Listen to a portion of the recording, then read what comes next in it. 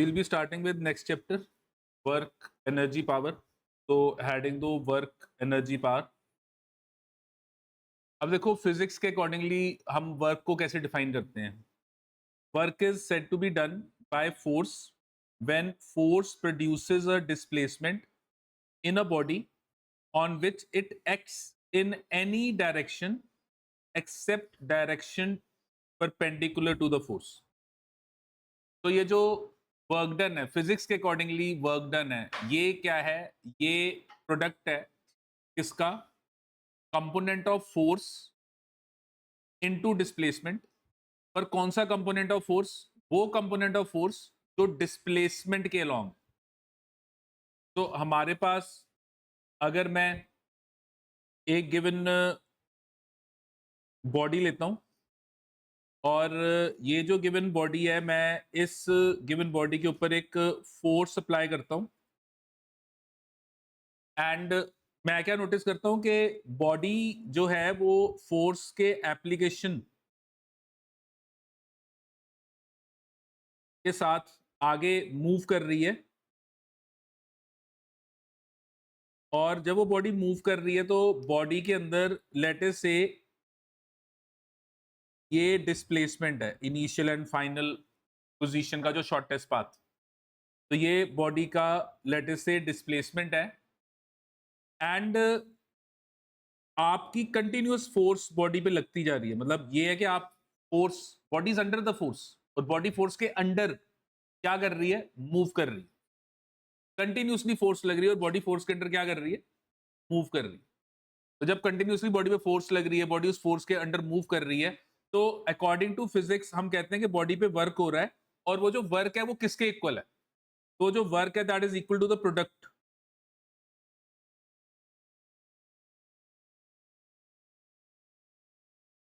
Of component of force in direction of displacement to the magnitude of displacement. तो ये product है. किसका product है? ये दो चीजों का प्रोडक्ट है. एक कंपोनेंट ऑफ फोर्स. कौन सा कंपोनेंट फोर्स का? which is in the direction of the displacement. जो किसके डायरेक्शन में है? In the direction of displacement. और वो प्रोडक्ट किसके साथ करना है? वो मैंने प्रोडक्ट करना है with the magnitude of the displacement. तो लेट अस से मैंने कहा कि यार ये जो मेरा फोर्स है ये मेरे डिस्प्लेसमेंट के साथ कितना एंगल बना रहा है? थीटा. तो अगर मैं ये डिस्प्लेसमेंट के साथ थीटा एंगल बना रहा है तो आप क्या नोटिस करोगे कि ये जो फोर्स है, इस फोर्स के दो कंपोनेंट बनेंगे. एक वो कंपोनेंट बनेगा जो डिस्प्लेसमेंट के अलॉन्ग है, दूसरा कंपोनेंट वो बनेगा जो डिस्प्लेसमेंट के परपेंडिकुलर है. और ये जो कंपोनेंट डिस्प्लेसमेंट के अलॉन्ग है ये क्या बन जाएगा? F cos theta. तो ये जो एफ कॉस थीटा आप देख रहे हो, this is your component of force along displacement. ये आपका कंपोनेंट ऑफ फोर्स है जो अलॉन्ग डिस्प्लेसमेंट है. तो मेरा जो वर्क डन होगा वो हो जाएगा F cos theta into S. क्या बन जाएगा? F cos theta into S. हाँ जी, ठीक है जी. और इसको आप लिख सकते हो force into displacement into cos of angle between force and displacement. Force into displacement into cos of angle between force and displacement. अच्छा, अब यहां पर आप एक चीज और अंडरस्टैंड करो. मैंने जब वेक्टर्स को पढ़ा था तो हमने वहां पे addition of vector, subtraction of vector, multiplication of vector discuss किया. तो मेरे पास एक वेक्टर है ए, एक वेक्टर है बी और इनके बीच में लेटर से एंगल है थीटा. और मैं निकालना चाहता हूं यहां पे ए डॉट बी. तो क्या बनेगा? A magnitude B magnitude cos of angle between the two. यही बनेगा ना, A magnitude B magnitude cos of angle between the two. तो मेरे पास यहाँ पे अगर मैं नोटिस करूं, ये देखो F मैग्नीट्यूड, फोर्स का मैग्नीट्यूड, S मैग्नीट्यूड, डिस्प्लेसमेंट का magnitude, cos of angle between the force and displacement, ये देखो ये फोर्स की डायरेक्शन है और ये किसकी डायरेक्शन है, डिस्प्लेसमेंट की, और दोनों में एंगल कितना बन रहा है, देखो थीटा। तो मैंने यहाँ पे क्या नोटिस किया, मैंने यहाँ पे नोटिस किया कि ये मेरी फोर्स की डायरेक्शन है, ये मेरे गिवन डिस्प्लेसमेंट की डायरेक्शन है, और इनके बीच में जो एंगल बन रहा है वो कितना बन रहा है, थीटा। और मेरा जो वर्क डन आ रहा है, वर्क डन वो क्या आ रहा है, force into displacement into cos theta. तो इस टर्म को मैं क्या लिख सकता हूं, एफ डॉट एस लिख सकता हूं ना, एफ डॉट एस। तो मैंने क्या लिखा कि मेरा जो वर्क डन है that is equal to force into displacement and it is the dot product of force and displacement. It is the dot product of force and displacement. And ये जो आप वर्क डन देख रहे हो, it is a scalar quantity, ये एक scalar quantity. No doubt ये दो वेक्टर्स का प्रोडक्ट है, पर कौन सा प्रोडक्ट है, डॉट प्रोडक्ट। और डॉट प्रोडक्ट का जो आंसर आता है वो हमेशा क्या आता है, स्केलर आता है। ठीक है, तो ये याद रखना है कि वर्क डन करने के टाइम मैं दो वेक्टर्स ले रहा हूं। कौन से दो वेक्टर्स ले रहा हूं, एक फोर्स ले रहा हूं, एक डिस्प्लेसमेंट ले रहा हूं, और उनका मैं डॉट प्रोडक्ट निकाल रहा हूं। पर जो वर्क आएगा वो मेरा क्या आएगा, वो क्या आएगा, मेरा वर्क जो आएगा वो स्केलर क्वांटिटी होगा। अच्छा, अब यहां पर अगर मैं लेटर से गिवन बॉडी लूं और उस गिवन बॉडी के ऊपर मैं फोर्स लगाऊं, और मैं नोटिस करूं कि मेरी बॉडी जो है वो मूव कर रही है इन सच अ वे कि आपकी वो जो डिस्प्लेसमेंट आई वो आपके फोर्स की जो आप एप्लीकेशन कर रहे हो उसके परपेंडिकुलर है। अब देखो, अगर मेरा जो फोर्स है वो मेरे डिस्प्लेसमेंट के परपेंडिकुलर है, तो component of force along displacement क्या बनेगा, बताओ, जीरो। क्योंकि हमने क्या कहा था कि किसी भी वेक्टर का अपने परपेंडिकुलर डायरेक्शन में कंपोनेंट जीरो होता है, नहीं बनता है। और फोर्स अभी डिस्प्लेसमेंट के क्या है, परपेंडिकुलर है, तो फोर्स का कंपोनेंट क्या हो जाएगा, जीरो। अच्छा, अगर फोर्स का कंपोनेंट जीरो हो गया तो work done will B zero into displacement. हमने कहा component of force into displacement, तो हमारा जो वर्क डन आएगा वो क्या आएगा, जीरो आएगा। तो जब मैंने ऊपर डेफिनेशन लिखी थी तो मैंने क्या कहा था कि फोर्स लग रही है, डिस्प्लेसमेंट हो रही है, वर्क होगा, प्रोवाइडेड वो फोर्स डिस्प्लेसमेंट के परपेंडिकुलर नहीं होना चाहिए। तो मेरी डेफिनेशन में मैंने ये मेंशन किया कि मेरा जो फोर्स है वो डिस्प्लेसमेंट के परपेंडिकुलर नहीं होना चाहिए। क्यों, क्योंकि अगर फोर्स डिस्प्लेसमेंट के परपेंडिकुलर हुआ तो वहां पर फिजिक्स के अकॉर्डिंगली वर्क डन क्या होगा, जीरो होगा। तो अब यहां पे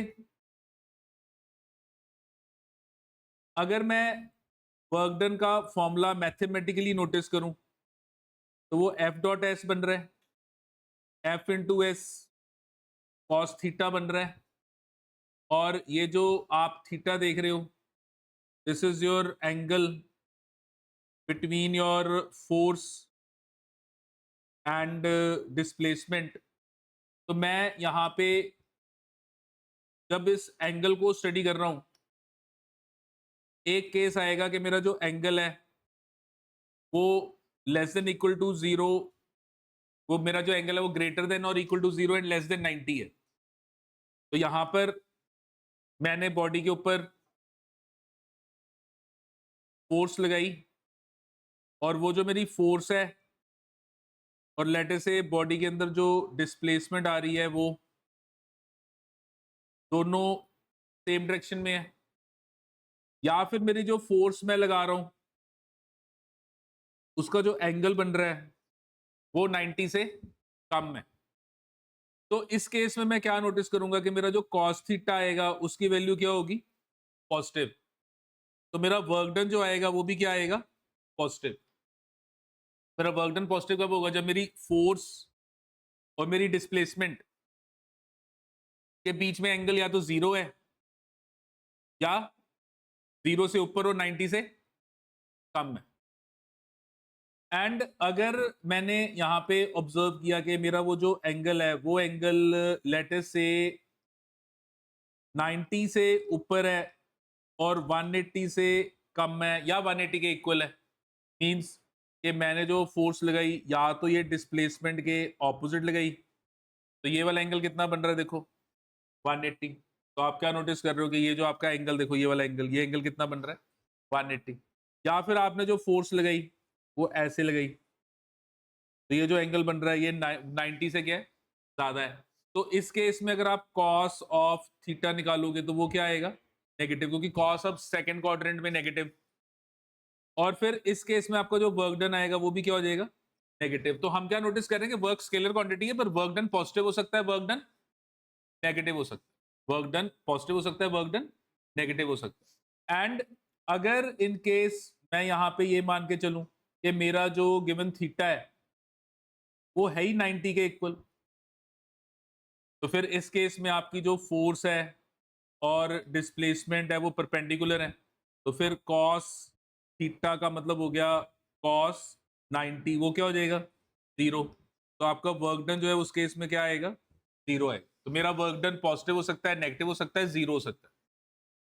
अच्छा, अब पता क्या है, एक ही टाइप ऑफ फोर्स, एक ही टाइप ऑफ फोर्स आपको ना ये अलग अलग केस दे सकती है। एक ही type of force, for example मैंने यहाँ पे ग्रेविटेशनल फोर्स ले ली, मैंने जो यहाँ पे फोर्स ली वो मैंने ग्रेविटेशनल फोर्स को कंसिडर किया। तो मैं अर्थ की ग्रेविटेशनल फोर्स को लेटर से कंसिडर कर रहा हूं और मैंने यहाँ पे कंसिडर किया कि ये अर्थ है और मैंने एक बॉडी को एक हाइट से ये ए पॉइंट से ड्रॉप किया फ्रॉम रेस्ट, बॉडी नीचे जा रही है और अल्टीमेटली बॉडी कहाँ पर आएगी ग्राउंड पे आएगी। और जब बॉडी ये नीचे जा रही है तो देखो ये बॉडी की क्या होगी डिस्प्लेसमेंट, ये देखो ये बॉडी की क्या होगी डिस्प्लेसमेंट। तो ये आपकी बॉडी की डिस्प्लेसमेंट है और बॉडी नीचे जा रही है और मैं ग्रेविटेशनल फोर्स के कारण वर्क डन निकाल रहा हूँ। मैं किसके कारण वर्क डन निकाल रहा हूँ ग्रेविटेशनल फोर्स। तो मेरी ग्रेविटेशनल फोर्स कहाँ लग रही होती है बताओ डाउनवर्ड्स। तो मेरी जो ग्रेविटेशनल फोर्स लग रही है वो ऐसे नीचे को लग रही है।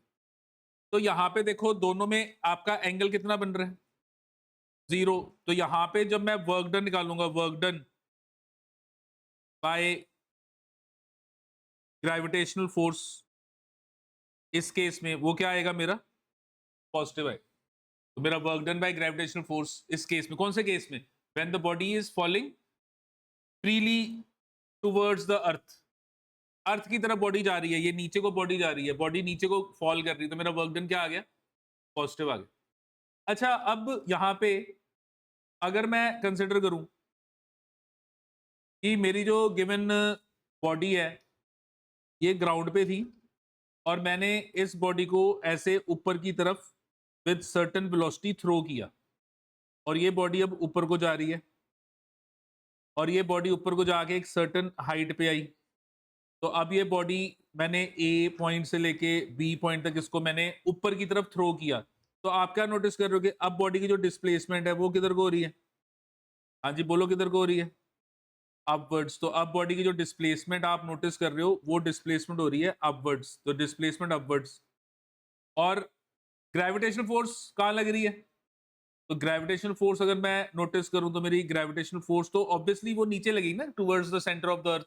तो मेरी जो ग्रेविटेशनल फोर्स लग रही है वो कहाँ लग रही है नीचे लग रही है। और इस केस में अगर मैंने वर्क डन निकालना है तो मेरा जो थीटा आएगा वो कितना होगा अब 180। और इस केस में जो work done by gravitational force वो क्या आ जाएगी मेरी नेगेटिव।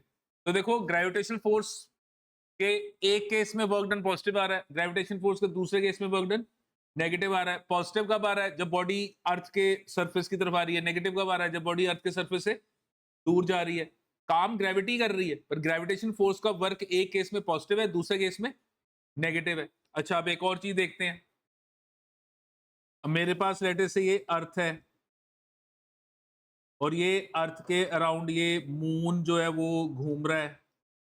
आपको पता है कि अर्थ और मून के बीच में फोर्स लग रही है, कौन सी फोर्स लग रही है, हाँ जी बोलो कौन सी फोर्स लग रही है ग्रेविटेशनल फोर्स। जो अर्थ मून पे लगा रहा है। अच्छा, मून की जो वेलोसिटी है वो किधर को है, अलोंग द टेंजेंट। ये आपका वो ऑर्बिट है जिस ऑर्बिट में मून जो है वो अर्थ के आसपास क्या कर रहा है, घूम रहा है। तो आप अब इस केस में अगर नोटिस करो तो आपकी जो पाथ है, पाथ मतलब सर्कल, और फोर्स कहाँ लग रही है, टुवर्ड्स द सेंटर। तो पाथ और फोर्स के बीच में जो एंगल बन रहा है वो कितना बन रहा है, 90। तो अगर मैं यहाँ पे work done by gravitational force on moon निकालना चाहता हूँ, तो work done by gravitational force, हाँ जी क्या बनेगा बताओ, फोर्स और डिस्प्लेसमेंट में कितना एंगल बन रहा है, 90। तो मेरा वर्क डन क्या हो गया, 0। वही अर्थ है, वही ग्रेविटेशनल फोर्स है, पर अलग अलग केस में वर्क डन अलग अलग आ रहा है। तो आपको ध्यान में रखना है, क्या ध्यान में रखना है कि फोर्स और डिस्प्लेसमेंट के बीच में एंगल क्या है। अगर मेरी फोर्स और डिस्प्लेसमेंट सेम डायरेक्शन में है या 90 से कम एंगल है तो फिर पॉजिटिव वर्क। अगर मेरी फोर्स एंड डिस्प्लेसमेंट जो है वो अपोजिट डायरेक्शन में है या 90 से ऊपर एंगल है तो फिर नेगेटिव वर्क। अगर मेरी फोर्स और डिस्प्लेसमेंट में जो एंगल है वो कितना बन रहा है, 90, तो फिर 0 वर्क। और अगर आप ध्यान से नोटिस करो तो यहाँ पे आपकी ये जो ग्रेविटेशनल फोर्स है ये किस तरीके से एक्ट कर रही है, ये सेंट्रीपिटल फोर्स की तरह एक्ट कर रही है। तो मैंने एक चीज यहाँ पे नोटिस की कि अगर मेरी जो फोर्स है वो कौन सी फोर्स होगी, सेंट्रीपिटल फोर्स। तो ड्यू टू सेंट्रीपिटल फोर्स आपका जो गिवन एंगल है वो हमेशा क्या होगा, 90। And due to centripetal force जो वर्क डन होगा वो हमेशा क्या आएगा, 0 आएगा। तो अब ये बात भी याद रखनी कि अगर सेंटीपिटल फोर्स का वर्क डन निकालना है तो सेंटीपिटल फोर्स का वर्क डन हमेशा क्या आएगा, 0 आएगा। समझ में आ रहा है क्या कह रहे हैं कि work done due to centripetal force और work done by centripetal force will come out to be 0। Why, because centripetal force और डिस्प्लेसमेंट के बीच में कितना एंगल बन रहा है, 90 का एंगल बन रहा है। तो ये हमारे पास वर्क डन का कंसेप्ट है जब हम डिस्कस करेंगे कि वर्क स्केलर है, पर वो स्केलर होते हुए पॉजिटिव भी हो सकता है, नेगेटिव भी हो सकता है एंड 0 भी हो सकता है। ये कौन डिसाइड करेगा, फोर्स और डिस्प्लेसमेंट के बीच में आपका कितना एंगल बन रहा है। और वर्क डन हमेशा फोर्स का कंपोनेंट डिस्प्लेसमेंट के अलोंग इनटू डिस्प्लेसमेंट का प्रोडक्ट है। तो 90 डिग्री पे अगर फोर्स लग रही है डिस्प्लेसमेंट के तो उसका कंपोनेंट क्या होगा, 0। अब देखो जब भी मैं वर्क डन निकालूंगा तो एक मैं निकालूंगा work done due to constant force, क्योंकि मैंने अभी आपको क्या कहा, मैंने आपको कहा कि हर टाइम फोर्स बॉडी पे लगेगी जब आप वर्क देखोगे, क्योंकि आप देखोगे कि बॉडी पे फोर्स लग रही है, बॉडी में डिस्प्लेसमेंट आ रही है, जितनी देर तक फोर्स लग रही है उतनी देर तक का ही वर्क निकलेगा। तो आपने बॉडी के ऊपर फोर्स लगाई, बॉडी के अंदर डिस्प्लेसमेंट आई, अब आप वर्क डन निकालना चाहते हो। आप जो फोर्स लगा रहे हो वो कांस्टेंट भी हो सकती है, आप जो फोर्स लगा रहे हो वो वेरिएबल भी हो सकती है। तो एक मेरे पास आ गया work done due to constant force और दूसरा मेरे पास आ गया your work done due to variable variable force. तो एक वो है जिसमें मेरी जो फोर्स है वो क्या है, कांस्टेंट है, एक वो वर्क डन है जिसमें मेरा फोर्स वेरी वेरी कर रहा है। तो सबसे पहले मैं कांस्टेंट फोर्स वाला केस स्टडी करूंगा। मेरे पास ये मैं फोर्स को स्टडी कर रहा हूं विद डिस्प्लेसमेंट। तो मैंने क्या नोटिस किया कि जब मैं फोर्स को स्टडी कर रहा हूँ विद डिस्प्लेसमेंट तो मेरा जो गिवन ग्राफ बना वो ऐसे स्ट्रेट लाइन बना। अब ये स्ट्रेट लाइन का मतलब क्या है कि आप जब आगे जा रहे हो, जब आपकी डिस्प्लेसमेंट हो रही है तो थ्रू आउट द डिस्प्लेसमेंट आपका जो गिवन फोर्स है वो क्या है, कांस्टेंट है। तो आपने नोटिस किया कि यार मैं जब यहाँ पे था और जब मैं यहाँ पे था तो ये मेरा डिस्प्लेसमेंट हो गया फाइनल माइनस इनिशियल। ये देखो ये मेरी जो टोटल डिस्प्लेसमेंट है वो आ गई S2 माइनस S1, ये मेरी डिस्प्लेसमेंट आ गई। तो ये मेरा चेंज इन पोजीशन, ये मेरी डिस्प्लेसमेंट आ गई जो मैं यहाँ पे देख रहा हूँ ये वाली। हाँ जी ठीक है। और यहाँ पे अगर मैं F फोर्स देखूँ तो ये मेरा फोर्स आ गया F, और मेरी फोर्स की वैल्यू थ्रू आउट क्या है, सेम है। तो अगर मैं यहाँ पर ये नोटिस करूँ तो ये मेरा F आ गया, और अगर मैं इसका एरिया निकालूँ, एरिया, तो एरिया निकाल लूँ तो एरिया निकालने पे ये रेक्टेंगल है ना, तो ये एरिया मेरे को क्या देगा, force into final position minus initial position, that is your change in position, that is displacement, and force into displacement से आपको क्या मिलेगा? वर्क। तो आप यहां पे क्या नोटिस कर रहे हो? आप नोटिस कर रहे हो that area under force versus displacement graph for initial to final position of displacement will give you work done. तो अगर मैं ये एरिया निकालूंगा तो ये एरिया से मेरे को क्या मिल जाएगा? वर्क डन मिल जाएगा। कौन सा एरिया? किसका एरिया निकालूंगा? हाँ जी, किसका एरिया निकालूंगा? Force versus displacement graph. किसके रिस्पेक्टिवली निकालूंगा? डिस्प्लेसमेंट के। किसके रिस्पेक्टिवली निकालूंगा? और जितने डिस्प्लेसमेंट के लिए निकालूंगा, इनिशियल और फाइनल, इनिशियल से फाइनल जितने डिस्प्लेसमेंट के लिए निकालूंगा उतने डिस्प्लेसमेंट का क्या मिलेगा? Work done. जैसे S1 से लेके S2 तक का मैंने एरिया निकाला, तो S1 से लेके S2 तक का मेरे को क्या मिलेगा? Work done. अगर 0 से लेके S तक का निकालूंगा तो पूरे 0 से लेके S तक का मेरे को क्या मिलेगा? Work done.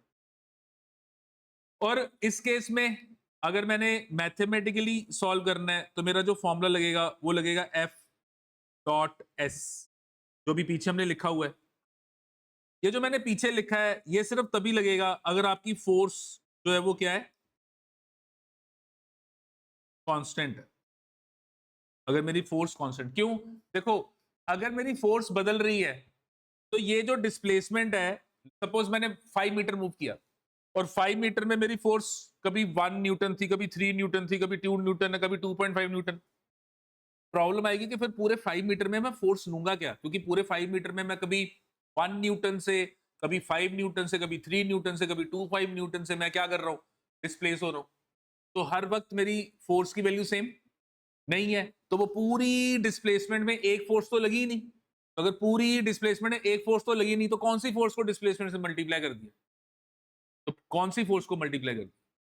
हाँ, अब थ्रू आउट आप 3 न्यूटन फोर्स के साथ 5 मीटर डिस्टेंस ट्रेवल किया आपने, पूरा आपका डिस्प्लेसमेंट 5 मीटर पूरा, और पूरे 5 मीटर में आपकी एक ही फोर्स लग रही थी, तो फिर कोई प्रॉब्लम नहीं है। आपने फोर्स को डिस्प्लेसमेंट से क्या कर दिया? मल्टीप्लाई कर दिया, आपको क्या मिल गया? Work done. तो ये जो आप फॉर्मूला लगा रहे हो ना, ये फॉर्मूला कब लगेगा? जब आपकी फोर्स क्या होगी? कांस्टेंट होगी। पर अगर मेरी फोर्स वेरिएबल है फिर क्या होगा? तो अगर मेरी जो फोर्स है वो लेटर से वेरिएबल है, तो यहाँ पे मेरे पास ये फोर्स F है, यहाँ पे मैं ये डिस्प्लेसमेंट S, और मेरा ये जो ग्राफ है वो लेटर से ये मेरा ग्राफ है, ये मेरी वेरिएबल फोर्स है जिसमें फोर्स जो है वो विद डिस्प्लेसमेंट अपनी वैल्यू को क्या कर रही है? चेंज कर रही है। तो मैंने कहा कि यार ये मेरी ना ये इनिशियल पोजीशन है, ये S1, ये मेरी फाइनल पोजीशन है, ये मेरी S2। तो अब मैंने इस ग्राफ के बेसिस पे वर्क निकालना है। अभी पीछे मैंने नोटिस किया था कि एरिया निकालूंगा तो वर्क आ जाएगा, पर अब एरिया निकालूंगा कैसे? क्योंकि ये तो एरिया निकालना बड़ा टफ हो जाएगा। तो मैंने कहा यार एक काम करता हूं, मैं ना यहाँ पे ना एक छोटा सा ना एक छोटा सा डिस्प्लेसमेंट का पोर्शन लेता हूँ। छोटा सा, ये मैंने एक स्मॉल डिस्प्लेसमेंट, छोटा सा डिस्प्लेसमेंट का पोर्शन लिया। अच्छा, ये स्मॉल डिस्प्लेसमेंट का पोर्शन अगर मैं इस ग्राफ में लूं तो देखो ये जो बन रहा है ये ऑलमोस्ट रेक्टेंगल बन रहा है। देखो ये रेक्टेंगल क्यों? क्योंकि आपको नजर आ रहा है कि यार यहां से ना फोर्स की वैल्यू पता लग जाएगी, यहां से आपको फोर्स की वैल्यू पता लग जाएगी। और ये एक रेक्टेंगल है, और अगर ये रेक्टेंगल है तो इसका अगर मैं कहूं बेटा एरिया निकालो तो इसका आप एरिया निकाल लोगे। इसका एरिया क्या बनेगा? इसका एरिया बनेगा फोर्स इंटू स्मॉल डिस्प्लेसमेंट। अच्छा, ये जो फोर्स इंटू स्मॉल डिस्प्लेसमेंट है ये आपका क्या बन गया? स्मॉल वर्क डन बन गया। ये वर्क डन है ना, force into displacement work done ही तो होता है। Force into displacement work done है, पर ये वर्क डन आपने बड़े छोटे से डिस्प्लेसमेंट का निकाला, तो ये बड़े छोटे से डिस्प्लेसमेंट का क्या आ गया? वर्क डन आ गया। अच्छा, अब टोटल वर्क डन कैसे निकालूंगा? तो मैंने कहा यार अगर मैं स्टार्टिंग पे देखूं, ये स्टार्टिंग पे ये, तो स्टार्टिंग पे भी मैं ऐसे ही स्मॉल डिस्प्लेसमेंट ले सकता हूँ। और अगर मैं स्टार्टिंग पे स्मॉल डिस्प्लेसमेंट लूं तो बस फर्क क्या पड़ेगा कि इस स्मॉल डिस्प्लेसमेंट में जो मेरा फोर्स है उसकी वैल्यू क्या होगी? डिफरेंट होगी। मतलब यहाँ पे मेरी फोर्स की वैल्यू और जो पहले मेरे पास फोर्स की वैल्यू थी वो डिफरेंट है, पर यहाँ पे भी मैं यही वाले कंसेप्ट के साथ वर्क डन निकाल सकता हूं, बस मेरा एफ एफ अब क्या करेगा, चेंज हो जाएगा। पर मैं एक और वर्क डन निकालूंगा, मतलब यहां का वर्क डन आ गया DW1, यहां का वर्क डन आ गया DW2। समझ में आ रहा है? ऐसे मैं हर स्ट्रिप का वर्क डन निकाल रहा हूं। और फिर अगर मैं देखो यहाँ पे ऐसी एक और स्ट्रिप ले लूं, ऐसी एक और स्ट्रिप ले लूं, तो इतनी स्ट्रिप का भी मेरा ऐसे ही वर्क डन निकलेगा। ऐसे ही इस स्ट्रिप का भी ऐसे ही यही वाला फॉर्मूला लगाऊंगा, और इस स्ट्रिप का फॉर्मूला लगा के मेरे पास इतने स्ट्रिप का वर्क डन निकल जाएगा। तो अगर मैं यहाँ से लेके यहाँ तक ये पूरे पूरे ऐसे सारी स्ट्रिप्स बना बना के, ये सारी स्ट्रिप्स का मैं एरिया निकालूं, ये सारी स्ट्रिप्स का मैं एरिया निकालूंगा, इसे पूरे स्ट्रिप्स, तो मेरे को यहाँ पे क्या मिलेगा, वर्क डन मिल जाएगा। अगर मैं सारे वर्क डन छोटे छोटे छोटे छोटे वर्क डन को क्या करूंगा, ऐड कर दूंगा, तो मैं यहाँ पे ये सारे छोटे छोटे छोटे वर्क डन को क्या करूंगा, ऐड करूंगा। ऐड करने का मतलब मैं यहाँ पे ये एफ इंटू डी एस को क्या करूंगा, ऐड करूंगा। और जब ऐड करूंगा तो ये मेरे को क्या मिल जाएगा, ये मेरे को area under force versus displacement graph with respect to displacement axis, क्योंकि ये डिस्प्लेसमेंट एक्सिस के रिस्पेक्टिवली आपको ये वर्क डन मिल रहा है। तो आपने यहाँ पे ये टोटल वर्क डन निकाल दिया। तो कहने का मतलब कि अगर आप वर्क डन निकालना चाहते हो ग्राफिकली, तो वर्क डन ग्राफिकली चाहे आपका फोर्स कांस्टेंट हो चाहे आपका फोर्स वेरिएबल हो, that is what that is area under force versus displacement graph. तो चाहे कांस्टेंट हो चाहे वेरिएबल हो, बस हाँ कांस्टेंट में आपका एरिया निकालना आसान है, वेरिएबल में थोड़ा एरिया निकालने के लिए मेहनत करनी पड़ेगी। और अगर मैं मैथमेटिकली नोटिस करूं, ये देखो मैथमेटिकली, अगर मैं मैथमेटिकली नोटिस करूं, तो मैथमेटिकली मैं टोटल वर्क डन कैसे निकाल रहा हूं, पहले मैंने क्या किया था, स्मॉल वर्क डन निकाला था। स्मॉल वर्क डन मैंने कैसे निकाला था, फोर्स को मैंने छोटे से डिस्प्लेसमेंट के साथ क्या किया था, मल्टीप्लाई किया। तो मैंने फोर्स को स्मॉल डिस्प्लेसमेंट के साथ क्यों मल्टीप्लाई किया, क्योंकि हर हर डिस्प्लेसमेंट में मेरी फोर्स की वैल्यू क्या कर रही है, चेंज हो रही है। तो क्योंकि मेरी फोर्स बदलती जा रही है, तो मैं हर छोटे छोटे डिस्प्लेसमेंट पे देख रहा हूं कि अभी कितनी फोर्स है, अभी कितनी है, अभी कितनी है, अभी कितनी है। तो हर छोटे छोटे डिस्प्लेसमेंट में मैं क्या देख रहा हूँ, फोर्स कितनी है। और हर छोटे छोटे डिस्प्लेसमेंट में फोर्स को उस डिस्प्लेसमेंट से मल्टीप्लाई करके छोटे से उस पर्टिकुलर डिस्प्लेसमेंट का क्या निकाल रहा हूँ, वर्क। और सारे सारे वर्क को मैं अब क्या करूंगा, ऐड। ऐड मतलब इंटीग्रेट, और फिर मेरे को क्या मिल जाएगा, टोटल वर्क। तो ये अब आपने याद रखना है कि वर्क डन को मैथमेटिकली जब निकालना है ना, तो ये दो फॉर्मूले हैं, और ये याद रखना है कि कौन सा कब लगना है। हाँ जी, समझ में आया कौन सा कब लगना है। ये वाला कब लगना है, ये वाला तब लगना है अगर आपका जो फोर्स है वो क्या है, वो वेरिएबल है। अगर आपका फोर्स वेरिएबल है तो ये वाला फॉर्मूला आपका वहां पे अप्लाई होगा। तो देखो ये क्लियर है, हाँ जी ठीक है जी, समझ में आ गया। तो अब यहां पर हमने क्या नोटिस किया कि वर्क डन जो है वो दो वेक्टर्स का डॉट प्रोडक्ट है। अब अगर वो दो वेक्टर्स का डॉट प्रोडक्ट है, तो हम वेक्टर्स को दो तरीके से रिप्रेजेंट करते हैं, एक पोलर फॉर्म और एक कार्टेशियन फॉर्म। पोलर फॉर्म में हम मैग्नीट्यूड बताते हैं और एंगल के फॉर्म में डायरेक्शन। तो वो तो भी हम करके ही हटे हैं, जिसमें मैंने कहा कि देखो ये बॉडी है, ये इसका डिस्प्लेसमेंट है, ये इसका फोर्स है, ये इनके बीच में क्या है, एंगल है। तो ये पोलर फॉर्म है। पोलर फॉर्म है जिसमें आपको वो जो मैंने लाइन बनाई वो मेरा मैग्नीट्यूड हो गया, और साथ में वो जो एंगल बनाया वो मेरी क्या होगी, डायरेक्शन। तो ये तो हम कर लिया हमने पोलर फॉर्म में कि हमारा जो वर्क डन होगा वो क्या बनेगा, एफ एस कॉस थीटा। पर अगर कार्टेशियन फॉर्म में मैंने वर्क डन को स्टडी करना है, मैंने वर्क डन को अब किस में स्टडी करना है, कार्टेशियन फॉर्म। तो अब मैं ये जो मेरा वर्क है, इस वर्क डन को मैं कैलकुलेट करना चाहता हूं इन कार्टेशियन फॉर्म। तो अब मैं इसको कार्टेशियन फॉर्म में कैसे स्टडी करूंगा। तो देखो बेटा, वर्क डन में दो चीजें होती हैं, एक फोर्स होता है और दूसरा क्या होता है, डिस्प्लेसमेंट। फोर्स या आपका कांस्टेंट होगा या आपकी फोर्स वेरिएबल होगी, और जो डिस्प्लेसमेंट होगी that will be your given final position minus initial position. Displacement is what? Displacement is the shortest path between 2 points. कौन से 2 points? Final position minus initial position. तो यहां पे डिस्प्लेसमेंट में मेरे पास 2 पॉइंट्स होंगे, 2 पॉइंट्स होंगे. एक मेरे पास इनिशियल पॉइंट होगा, दूसरा मेरे पास फाइनल पॉइंट होगा. इनिशियल पॉइंट के मेरे को एग्जामिनर कोऑर्डिनेट्स दे देगा x1 y1 z1. Final point के मेरे को कोऑर्डिनेट्स दे देगा x2 y2 एंड z2. तो ये मेरे को इनिशियल एंड फाइनल पॉइंट्स मिल गए. अब ये जो मेरी फोर्स है मेरे को जो दी होगी, ये कार्टेशियन फॉर्म में कैसे दी होगी? एफ एक्स आई कैप, एफ वाई जे कैप, एफ जेड के कैप. हाँ जी, ठीक है जी. ये मेरी फोर्स होगी. अब अगर ये मेरी फोर्स जो है ये कांस्टेंट है, ये क्या है? कांस्टेंट है. तो फिर मेरा जो वर्क डन होगा वो सिंपली क्या होगा? Force into displacement. और अगर मैं डिस्प्लेसमेंट निकालना चाहता हूं तो वो मैं क्या करूंगा? Final position minus initial. तो वो मेरे पास आ जाएगा x2 माइनस x1 आई कैप, y2 माइनस y1 जे कैप, z2 माइनस z1 के कैप. तो मेरी ये जो डिस्प्लेसमेंट है ये आ गई एस एक्स अलोंग आई कैप, एस वाई अलोंग जे कैप, एस जेड अलोंग के कैप. तो समझ में आ रहा है मैं क्या कर रहा हूं?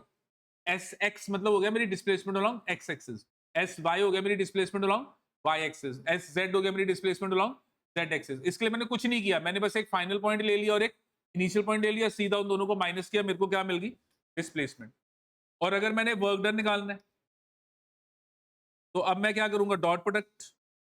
और याद है आपको डॉट प्रोडक्ट जब हम करते हैं तो आई डॉट आई 1 हो जाता है, जे डॉट जे 1, के डॉट के 1.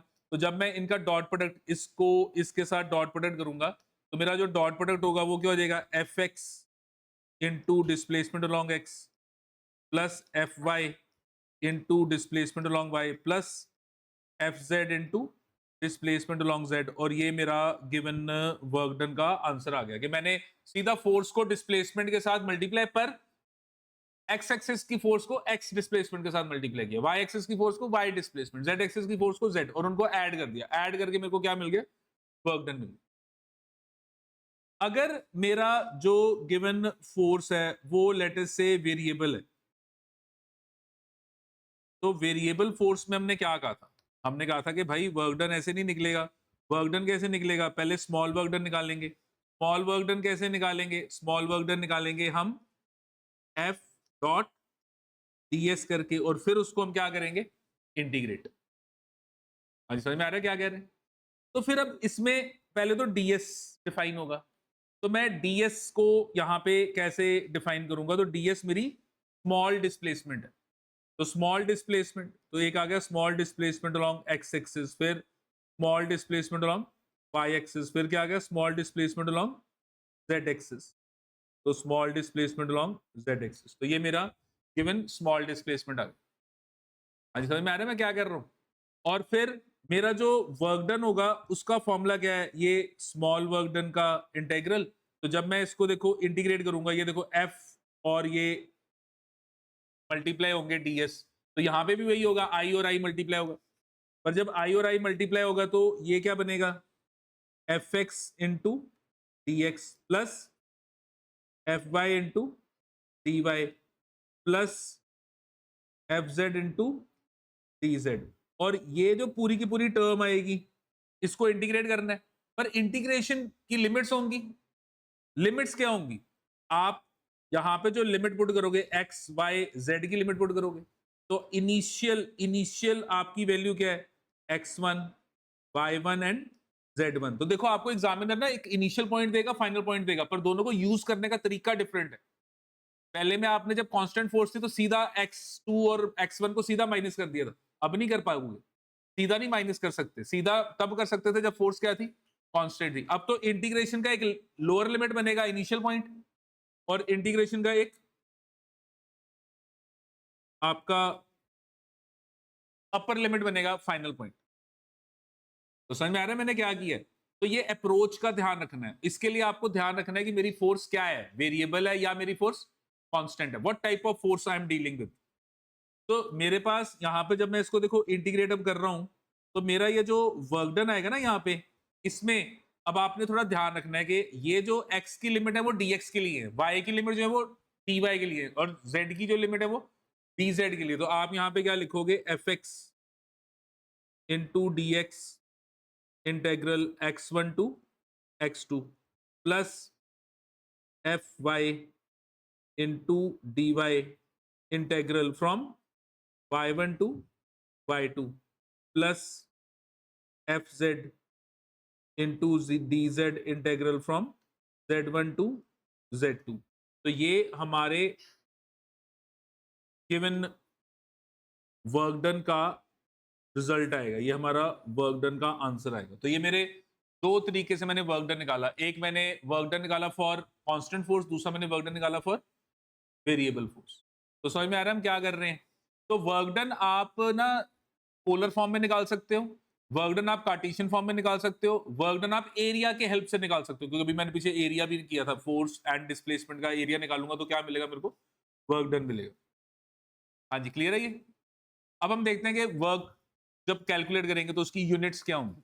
तो यूनिट्स ऑफ वर्क, तो जब हम वर्क डन निकालेंगे तो यूनिट्स ऑफ वर्क, जब हम वर्क डन को स्टडी करते हैं तो इसकी जो यूनिट्स हैं वो दो सिस्टम में हम पढ़ते हैं।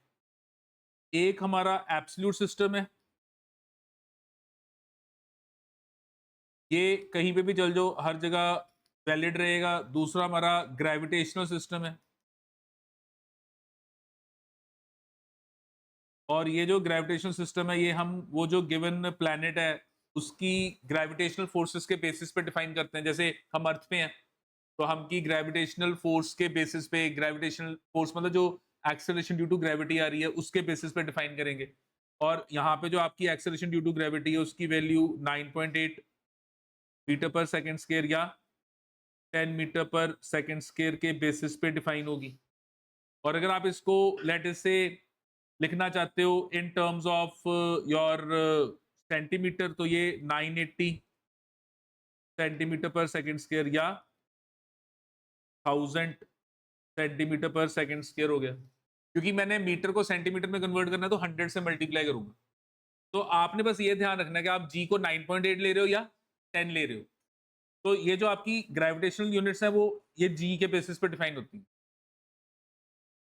तो जब मैं एब्सोल्यूट सिस्टम की बात करूंगा तो मेरे पास देखो एब्सोल्यूट में दो सिस्टम आएंगे, एक मेरे पास एसआई और दूसरा मेरे पास जो आएगा वो क्या है, सीजीएस। अच्छा, अब ये जो मेरे पास वर्क डन का जो गिवन कंसेप्ट है वो है कि work done is equal to force into displacement into cos of angle. तो मैंने यहाँ पे ये जो एंगल है इसको मान लिया जीरो, एंगल को क्या मान लिया, जीरो। जीरो मतलब फोर्स एंड डिस्प्लेसमेंट दोनों की डायरेक्शन सेम है। अब अगर मैं 1 न्यूटन फोर्स लगा रहा हूं, एसआई कर रहा हूं ना, एसआई, तो 1 न्यूटन फोर्स लगा रहा हूं और बॉडी को एसआई कितने डिस्टेंस के साथ ट्रेवल कर रहा हूं, 1 मीटर, और फोर्स को डिस्प्लेसमेंट के लॉन्ग लगा रहा हूं, क्योंकि ये जीरो लिखा ना, जीरो लिखने का मतलब फोर्स और डिस्प्लेसमेंट डायरेक्शन सेम है। तो मेरा जो वर्क डन आएगा, जो मेरा वर्क डन आएगा उस वर्क डन को मैं बोलूंगा 1 जूल। क्या बोलूंगा, 1 जूल। तो ऐसा यूनिट जो है that is joule. And what is 1 joule? 1 joule is 1 Newton meter. 1 joule is 1 Newton meter. When you apply a force of 1 Newton and produce a displacement of 1 meter in the direction of the force, then the work done is said to be 1 joule. हाँ जी, clear है? ये definition समझ में आ गई कैसे निकाली मैंने?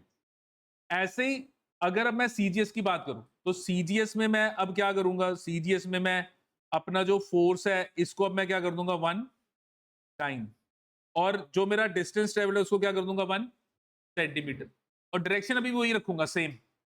तो अब मैंने फोर्स 1 डाइन लगाई और बॉडी को मैंने कितना डिस्प्लेस किया 1 centimetre in the direction of force. तो मेरा जो वर्क डन होगा दैट इज अर्क।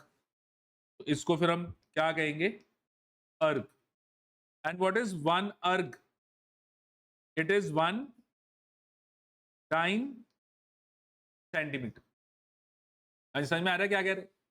और अगर मेरे को कोई कहता है कि यार रिलेशन निकालो, तो देखो ये जो 1 जाउल है इसको मैं लिख सकता हूं 10⁵ डाइन, और जो 1 मीटर है इसको मैं लिख सकता हूं 100 सेंटीमीटर। तो 1 जाउल की जो वैल्यू होगी वो आ गई 10⁷ डाइन सेंटीमीटर।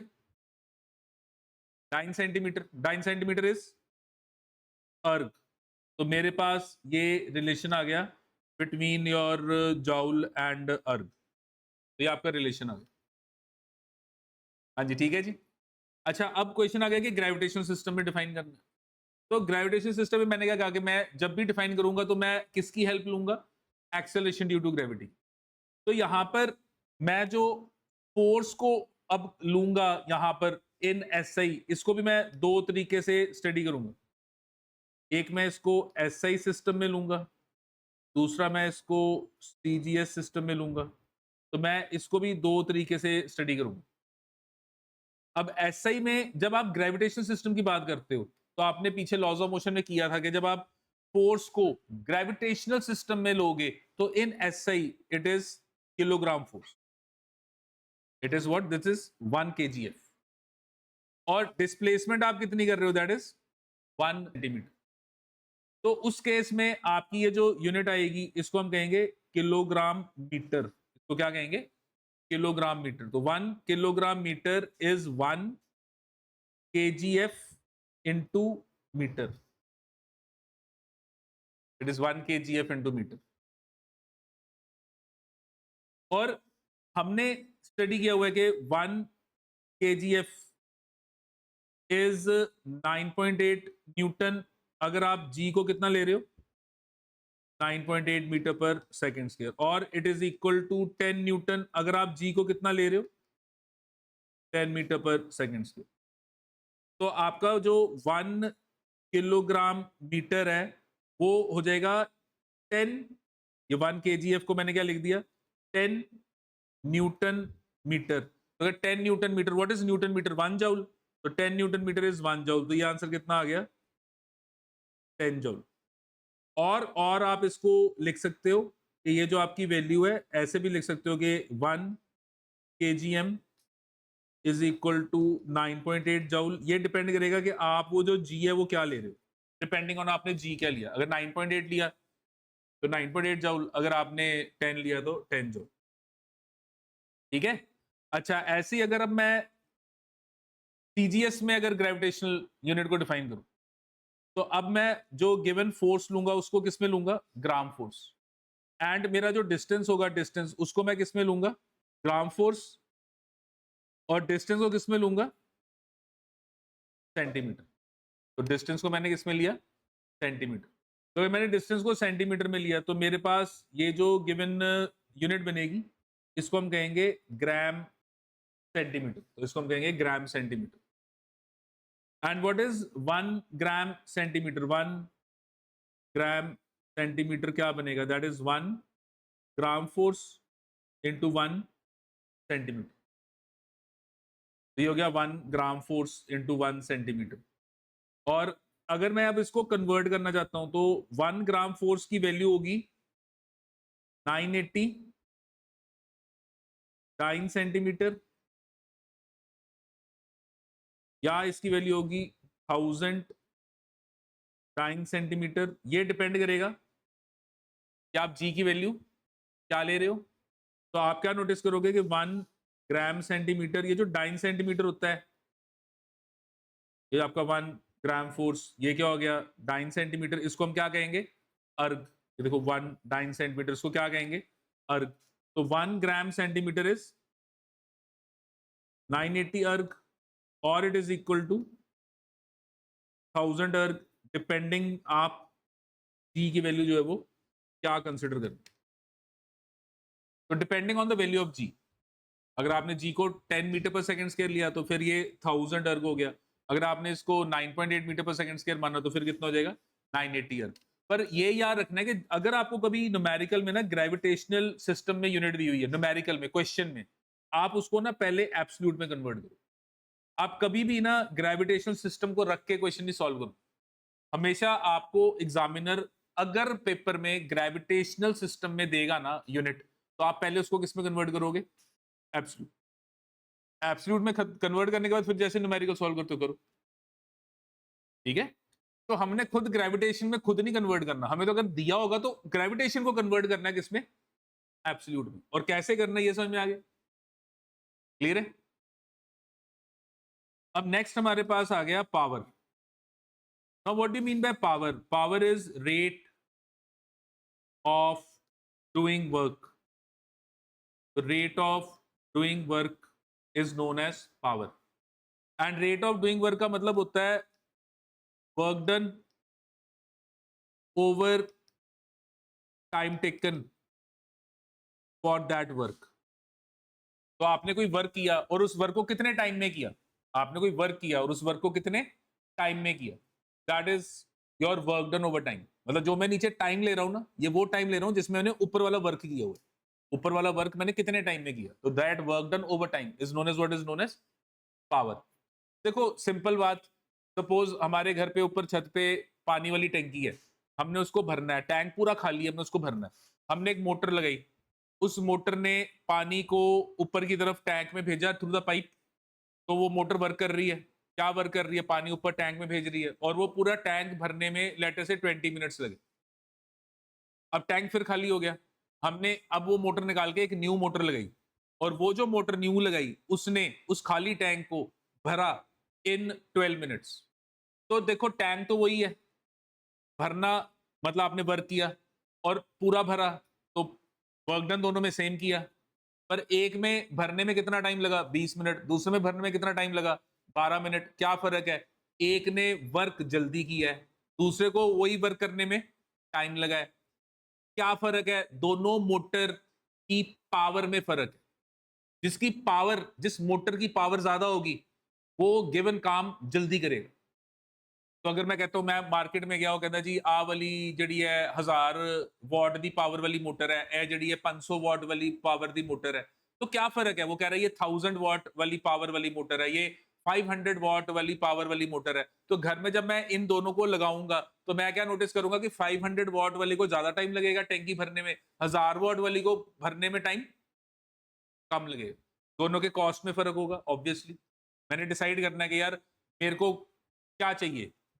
अगर मैं चाहता हूँ कि ज्यादा पैसे नहीं खर्चने, मैं 500 वाट वाली उठाऊंगा। अगर मेरे को चाहिए नहीं यार मैं तो चाहना फटाफट भरे, मेरी तो टैंकी खाली रहती है, तो मैंने कोई प्रॉब्लम नहीं पैसे दी, मैं तो बस टैंकी भरी चाहिए वो भी छेती, तो फिर मैं क्या करूंगा? मैं वो ज्यादा पावर वाली मोटर उठाऊंगा।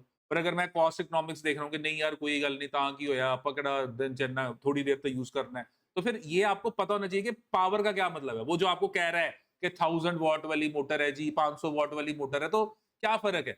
एक की पावर कम है, वो गिवन टाइम ज्यादा लगाएगी, दूसरे की पावर ज्यादा है, वो टाइम कम लगाएगी। सेम एसी में है, आप एसी खरीदने जाओगे क्या जी 1 टन का एसी है, 1.5 टन का एसी है, क्या फर्क है? 1 ton AC, 1.5 ton AC. Ton यहाँ पे क्या है?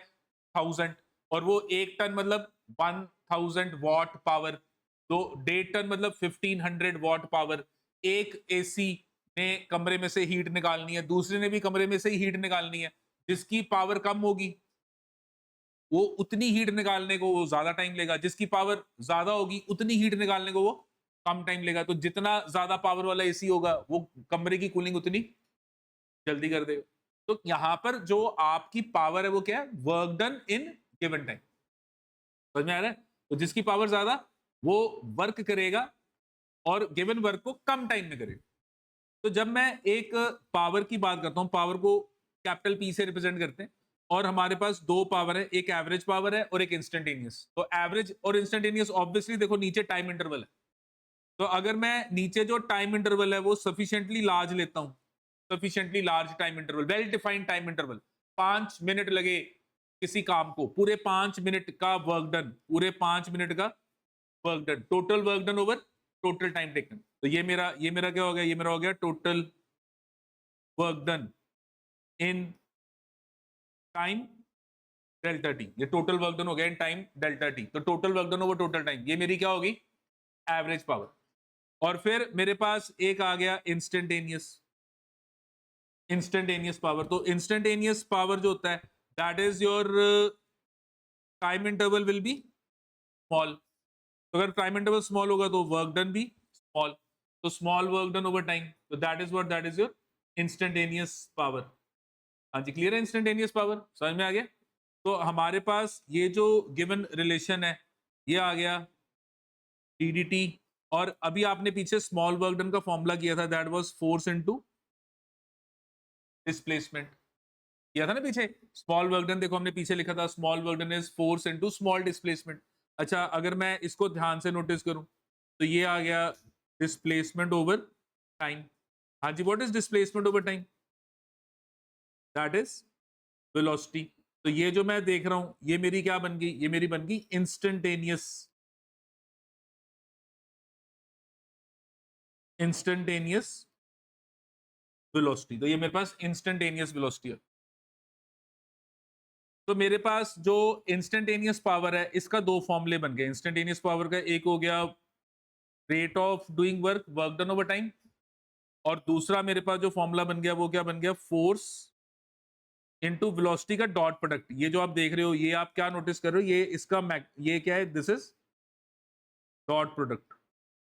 ये डॉट प्रोडक्ट है, ये सीधा फोर्स एंड वेलोसिटी नहीं है, ये फोर्स, ये क्या है, ये है force into velocity into cos of theta, where theta is the angle between force and velocity। F force है, V आपकी कौन सी वेलोसिटी है, इंस्टेंटेनियस वेलोसिटी है, क्या आपके गिवन इंस्टेंट पे कितनी वेलोसिटी। हाँ जी, क्लियर है ये। और अगर मैंने यहाँ पे यूनिट्स देखनी है तो मेरी जो SI यूनिट है पावर की, that SI unit is what. तो वॉट को हम W के साथ रिप्रेजेंट करते हैं। एंड अदर यूनिट्स जो हम डेली लाइफ में यूज करते हैं, अदर यूनिट्स, एक हो गया किलोवाट, दैट इज 1000 वॉट। दूसरा हमारे पास आ गया मेगावाट, दैट इज 10⁻⁶ फिर 1 हॉर्स पावर। तो हम हमारे जो गाड़ियों के इंजन होते हैं उनको BHP, ब्रेक हॉर्स पावर में निकालते हैं। हॉर्स पावर मतलब हम एक एवरेज हॉर्स की पावर के साथ कंपेयर करते हैं। तो एक एवरेज हॉर्स की जो पावर है वो हमारे पास होगी 746 वॉट। तो एक एवरेज हॉर्स की अगर मैं पावर देखना चाहता हूँ तो वो जो पावर होगी उसको मैं एवरेज, मतलब क्योंकि ऑब्वियसली कोई एक हॉर्स तगड़ा होगा, कोई बेचारा वीक होगा, एवरेज एक हॉर्स की जो पावर है वो कितनी है, 746 वॉट। तो अगर मैं कहता हूँ कि ये जो इंजन है ये 100 bhp पावर का है, तो 100 bhp का मतलब कि इकट्ठे अगर 100 हॉर्स इस भागेंगे तो एक हॉर्स की जो पावर है, ये जो इंजन है ये 100 हॉर्स की पावर जितनी पावर जनरेट कर। हाँ जी, समझ गए इस बात को। तो ये हमारे पास गिवन पावर का कंसेप्ट। अब नेक्स्ट हमारे पास आ गया energy. Now what do you mean by energy. तो capacity of body to do work, capacity of body to do work is known as energy. कोई बॉडी में काम करने की कितनी कैपेसिटी है। और यहां पे हम क्या नोटिस करते हैं कि ये जो वर्क है और एनर्जी है ये सिनोनिमस है। मेरे को वर्क करना है तो बिना एनर्जी के मैं वर्क नहीं कर सकता, मेरे में एनर्जी होगी तो मैं वर्क करूं, मुझे एनर्जी चाहिए वर्क करने के। और जब मैं वर्क करता हूं तो जिस बॉडी पे मैं वर्क करता हूं, जिस बॉडी पे वर्क करता हूं उसके अंदर एनर्जी डेवलप होती है, उसके अंदर एनर्जी स्टोर होती है, उसके अंदर एक न्यू एनर्जी जनरेट होती है। मतलब वर्क ने एनर्जी को प्रोड्यूस किया, पर वर्क करने के लिए भी क्या चाहिए, एनर्जी चाहिए। मतलब ये आपस में इंटर रिलेटेड है, काम करना है तो एनर्जी चाहिए, और जब काम करोगे तो जिधर काम करोगे उधर एनर्जी जनरेट होगी। जैसे मेरे पास एक ब्रिक है, मैंने उठा के उसको फेंका, तो मैं फेंक रहा हूं, मैं वर्क कर रहा हूं, मेरी एनर्जी कम हो रही, मुझे ताकत चाहिए, खाना पीना खा पी के मैं बैठा, मेरे एनर्जी है, मैं फेंक रहा हूँ, ब्रिक्स उठा उठा के फेंक रहा हूँ, अब फटी जरा, अब फटी जरा, अब फटी जरा। तो मैं फटी जरा कर रहा हूँ, तो थोड़े टाइम में मैं थक जाऊंगा, मैं कहूंगा बस होगी। तो मैं ये जो कर रहा हूँ उससे मैं क्या कर रहा हूँ, वर्क कर रहा हूँ, क्यों, मेरे अंदर एनर्जी है। पर जैसे जैसे मैं वर्क कर रहा हूँ मेरी एनर्जी कम हो रही, पर मैं वो जो ब्रिक फेंक रहा हूँ उसको मैं क्या दे रहा हूँ, काइनेटिक एनर्जी, मोशन। उसको जब मैं फेंक रहा हूं तो अर्थ से मैं थोड़ा उसको ऊपर फेंक रहा हूं तो मैं उसके अंदर पोटेंशियल एनर्जी, तो मैं ब्रिक पे वर्क कर रहा हूं तो ब्रिक के अंदर एनर्जी आ रही, कौन सी एनर्जी आ रही? Kinetic energy, potential energy. कौन वर्क कर रहा है? मैं कर रहा हूं, मैं वर्क कर रहा हूं, मेरी एनर्जी कम हो रही है। समझ में आ रहा है क्या कह रहे हैं? कि एनर्जी और वर्क का आपस में एक बड़ा स्ट्रॉन्ग रिलेशन। तो क्या relation? If body will do work, it's energy will decrease. तो मुझे वर्क करने के लिए एनर्जी चाहिए, तभी कम हो रही है। तो इसका मतलब है for doing work we need energy. इसका मतलब सिंपल है। इसका मतलब क्या है? इसका मतलब है that is for doing work we need energy. और दूसरा, if work is done on a body, अगर एक बॉडी पे मैं वर्क करता हूं, if work is done on a body, energy is stored in it, energy is stored in it. तो अगर मैं किसी बॉडी पे वर्क करूंगा तो उसके अंदर एनर्जी क्या होगी? स्टोर होगी।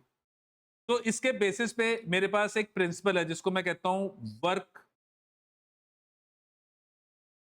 Energy principal. तो मेरे पास एक प्रिंसिपल है जिसको मैं क्या कहता हूं? Work energy principle. और ये वर्क एनर्जी प्रिंसिपल क्या कहता है? कि वर्क डन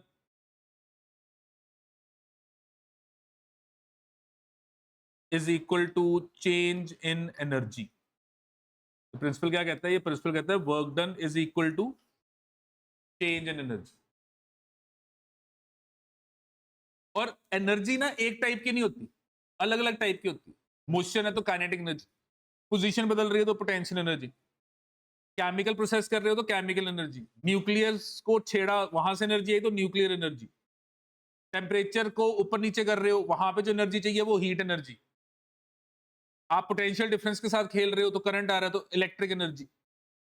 इसका मतलब electric energy, heat energy, light energy, sound energy, kinetic energy, potential energy, chemical energy, nuclear energy, अलग अलग टाइप की एनर्जी। और अलग अलग टाइप की एनर्जी क्यों है? क्योंकि अलग अलग टाइप का वर्क हो रहा है। मतलब मैं जब वर्क कर रहा हूं तो मेरा वर्क जब बदलेगा तो वो बदलता वर्क अलग टाइप की एनर्जी को क्या करेगा? जनरेट करेगा।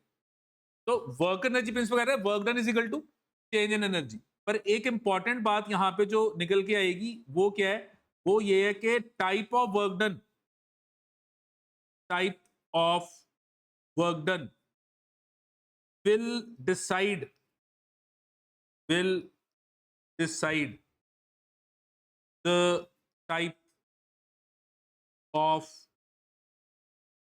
energy change। मतलब मेरी जो एनर्जी चेंज है वो कैसी होगी? तो मेरी जो एनर्जी चेंज होगी वो जरूरी नहीं है कि मेरी एनर्जी चेंज जो है वो हमेशा काइनेटिक एनर्जी चेंज हो या हमेशा पोटेंशियल एनर्जी। ये डिपेंड करेगा मेरा वर्क कैसा हुआ है।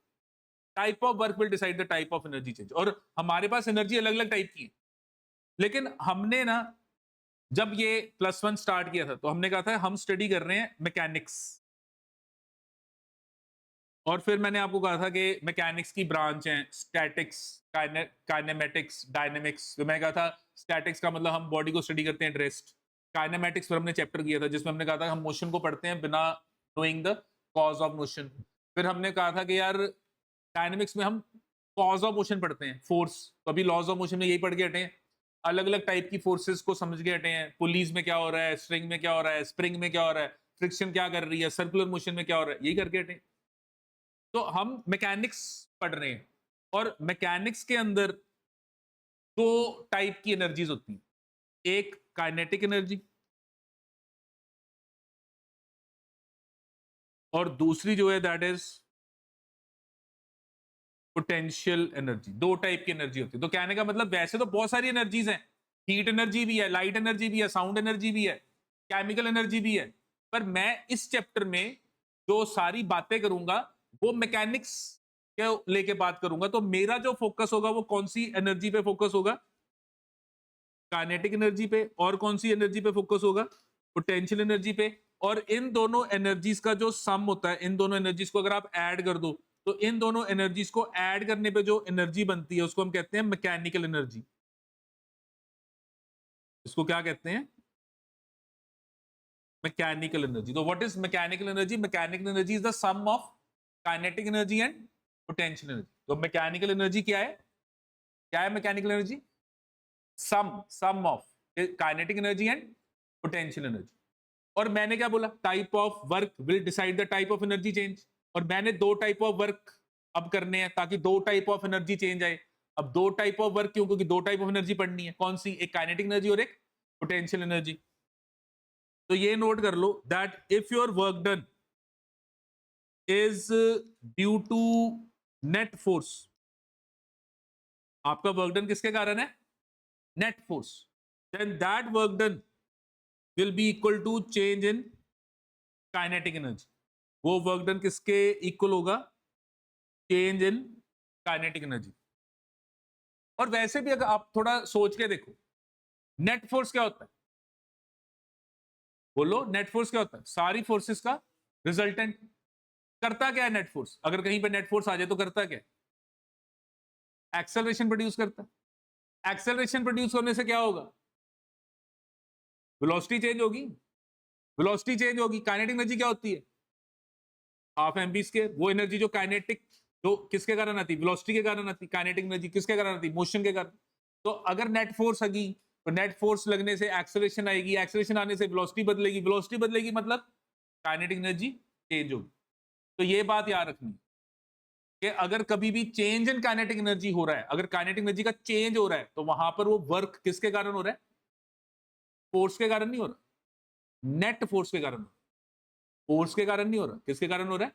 Net force. क्योंकि फोर्स तो लग रही है, फोर्स तो लग रही है। मैं यहां बैठा हूं, मेरे पे अभी भी फोर्स लग रही है। कौन सी? ग्रेविटी। और ये चेयर मेरे को नीचे गिरने से रोक रही है, नॉर्मल रिएक्शन। फोर्स तो लग रही है पर मेरे पे मोशन नहीं है क्योंकि मेरे पे नेट फोर्स जीरो है। तो नेट फोर्स लगेगा तो क्या आएगा? मोशन आएगा। तो कौन सी एनर्जी आएगी? काइनेटिक एनर्जी आएगी। तो काइनेटिक एनर्जी का जो चेंज है वो कौन से वर्क डन के कारण होगा? Net force. Net force. समझ में आ रहा है क्या कह रहे हैं? तो यहां पे ये जो नेट वर्ड है ना, नेट वर्ड, इसका ध्यान रखना है। फोर्स नहीं, किसके कारण? Net force. And your work done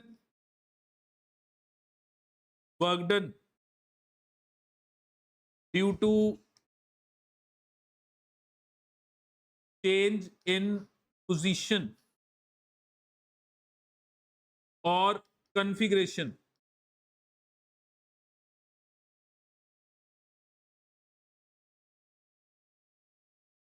so work done due to change in position or configuration, keeping body at rest।